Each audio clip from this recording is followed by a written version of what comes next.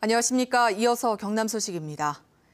오늘부터 사흘 동안 금강산에서 1차 이산가족 상봉 행사가 열리고 다음 달 평양에서는 남북 정상회담이 예정돼 있는데요. 남북의 화해 분위기가 무르익으면서 경남의 남북교류 사업도 이전의 단순한 교류 차원이 아니라 좀 더 다양하고 실질적인 사업들로 준비되고 있습니다. 박상현 기자입니다.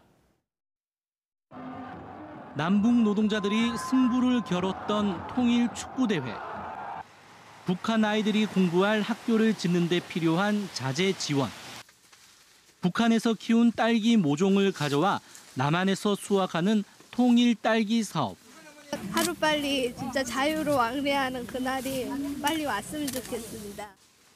경남의 남북 교류 사업은 지금까지 일부 민간 단체를 중심으로 한 인적, 물적 단순 교류가 컸습니다.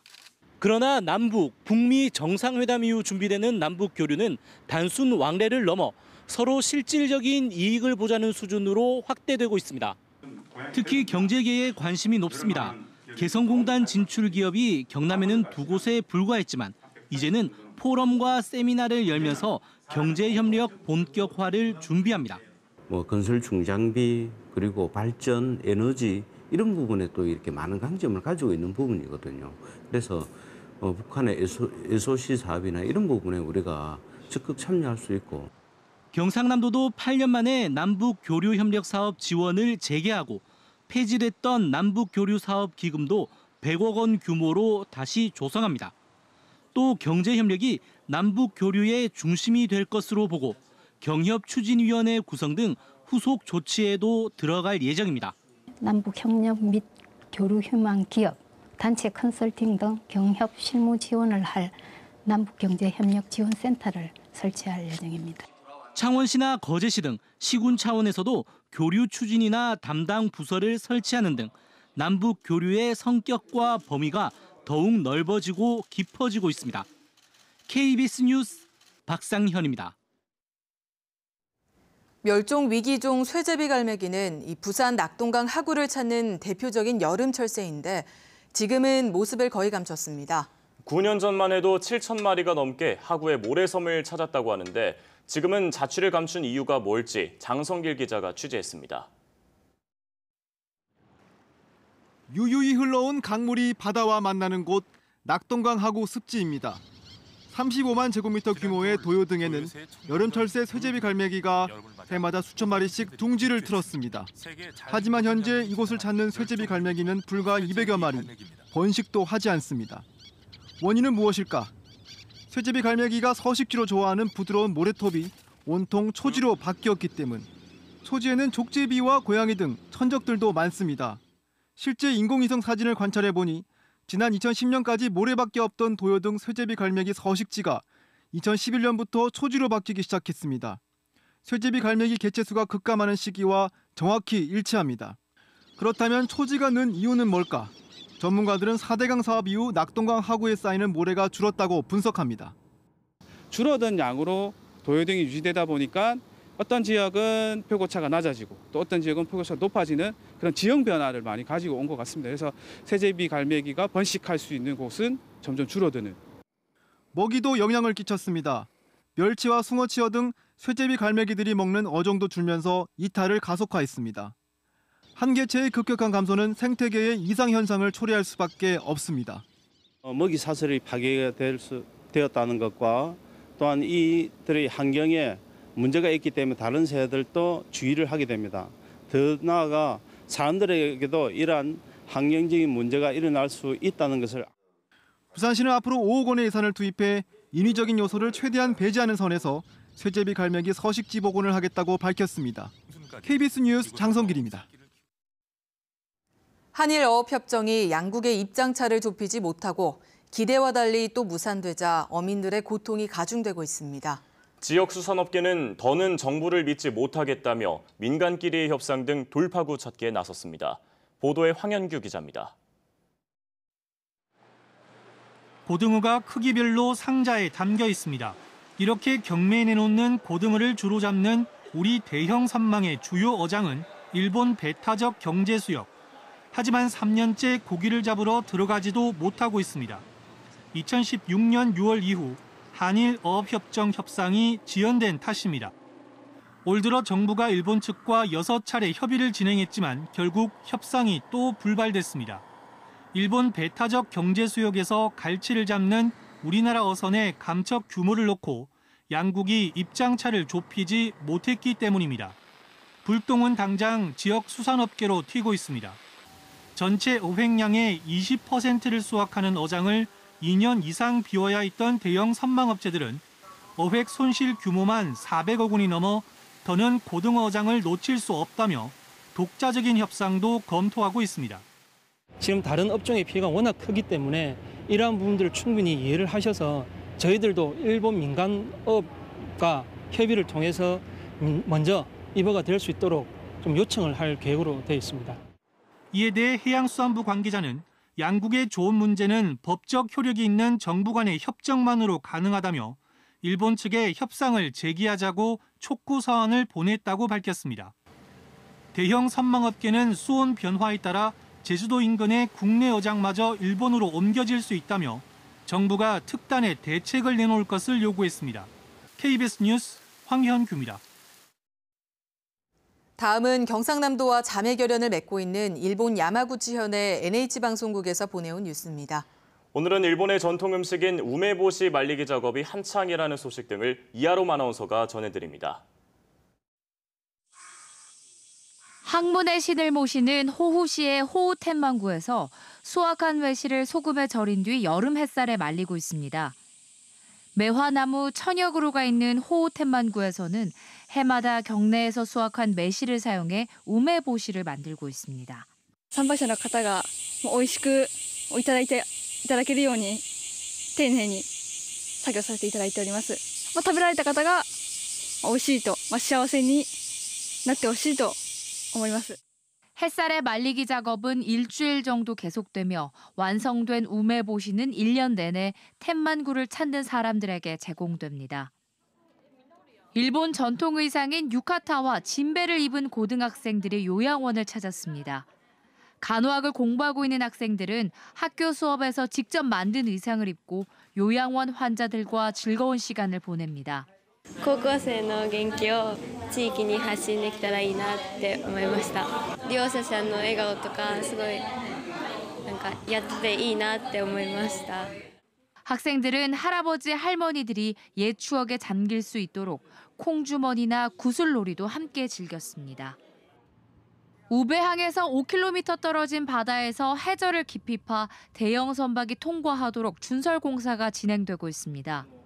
이 공사를 보기 위해 관광객 70여 명이 유람선을 타고 산업 관광을 하고 있습니다.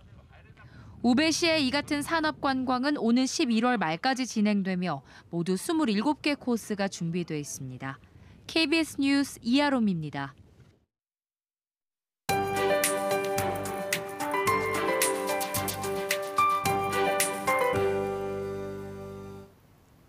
주말까지만 해도 이대로 가을이 오는 건가 싶었지만 날씨는 또다시 더워지고 있습니다.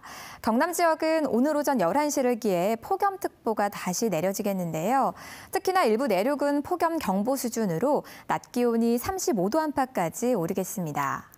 한편 제18호 태풍 쏠릭의 북상 소식에 비상입니다. 이 태풍 쏠릭은 6년 만에 한반도를 관통하는 태풍이 되겠는데요. 지금까지 예상 진로대로라면 태풍은 목요일 오전 목포 인근에 상륙한 뒤 다음 날인 금요일 새벽 속초 해상을 통해 빠져나갈 걸로 보입니다. 이렇게 될 경우 우리 경남 지역 역시 태풍의 위험 반원에 들게 되는데요. 따라서 목요일부터 금요일 사이 초속 30m 이상의 매우 강한 바람과 함께 아주 많은 양의 비가 내릴 걸로 보입니다. 계속해서 태풍 정보 꼼꼼히 살피시고요. 발표되는 상황에 따라 대비를 철저하게 해주셔야겠습니다. 오늘 아침도 열대야가 나타난 지역은 없습니다. 동부 지역 현재 기온 고성 19도, 창원과 거제가 22도까지 내려가 있는데요. 낮 기온은 창원 32도, 밀양이 34도로 어제보다 더 높겠습니다. 경남 서부 지역도 현재 기온 20도 안팎에 그치는 모습이고요. 낮 기온은 33도 안팎으로 무덥겠습니다. 오늘 바다의 물결은 모든 해상에서 0.5에서 2m로 잔잔하게 일겠습니다. 이 태풍이 북상하기 전인 수요일까지는 구름만 다소 지나는 가운데 무더위가 심하겠습니다. 기상정보였습니다. 사천시 청소년 수련관이 오는 23일까지 청소년의 올바른 언어 사용 습관을 길러주는 프로그램에 초등학생 참가자를 모집합니다. 거창군 가조면 주민자치위원회가 오는 11월 어려운 이웃에게 전달할 사랑의 김장 나누기용 배추 모종 600포기를 심었습니다. 함양군은 오는 24일까지 함양과 거창, 산청, 합천에서 웰니스 관광 프로그램 운영과 안내 활동을 할 코디네이터 교육생을 찾습니다. 밀양시는 오는 31일까지 시민복리와 지역사회 발전에 보탬이 된 개인이나 단체에게 주는 시민대상 후보자를 추천받습니다. 올여름 경남의 폭염 일수가 30일을 넘어 지난 1973년 기상통계 작성 이후 가장 많은 것으로 나타났습니다. 부산기상청은 지난 6월 1일부터 이달 16일까지 경남과 부산, 울산 지역의 폭염 일수가 31.9일로 평년의 10.7일보다 20일 이상 많다고 밝혔습니다. 이는 역대 최장의 폭염 일수를 보였던 지난 1994년의 27.3일 기록을 넘어섰습니다. 지역별로는 합천의 폭염 일수가 42일을 기록해 가장 더웠던 것으로 나타났습니다. 영남권의 먹는 물 문제를 논의하는 낙동강 유역 시도지사들의 회의가 환경부 주최로 추진됩니다. 환경부는 오는 28일 창원 컨벤션센터에서 김은경 환경부 장관 주재로 경남과 부산, 울산, 대구, 경북 5개 시도지사들이 참석한 가운데 간담회와 토론회를 열기로 하고 각 시도와 논의 중이라고 밝혔습니다. 환경부는 시도지사들의 참석이 성사되면 영남권의 안전하고 깨끗한 먹는 물 확보 방안을 주제로 낙동강의 상수원 활용과 유해물질 배출, 남강댐과 낙동강의 조류 발생 대책 등을 논의할 예정입니다. 밀양시는 다음 달 1일부터 이틀 동안 밀양 아리랑 아트센터와 밀양강 야외 공연장 등에서 밀양 아리랑 국제요가 페스티벌을 엽니다. 밀양시는 이번 행사에서 캠핑과 함께하는 힐링 요가와 영남 알프스 천상의 구름 산책, 국제 요가 대회 등이 열린다고 설명했습니다. 또 초중고 요가 아카데미와 국가공인 요가 전문가 자격제도 심사기관 등도 운영해 요가 도시로서의 입지를 다질 계획이라고 밝혔습니다. 경상남도가 창원 주남저수지와 하동 탄소 없는 마을 2개소를 대표 생태관광지로 지정해 육성하기로 했습니다. 대표 생태관광지 사업은 자연 환경을 보전하며 지역 협의체를 구성해 생태 해설사 양성, 생태 관광 프로그램 개발 등으로 소득을 창출하는 사업입니다. 경상남도는 생태 관광 소득이 지역민에게 되돌아가는 선순환 구조를 만들 계획으로 전문가 컨설팅과 모니터링, 홍보와 재정 지원을 하기로 했습니다. 최근 국토교통부의 BMW 운행 정지 명령 관련 조치에 따라 창원시도 안전진단 미실시 BMW 승용차에 대해 점검 운행정지 명령서를 지난 17일 발송했습니다. 창원시에 등록된 BMW 리콜 대상 차량 4,459대 가운데 안전진단을 받지 않은 차량은 764대입니다.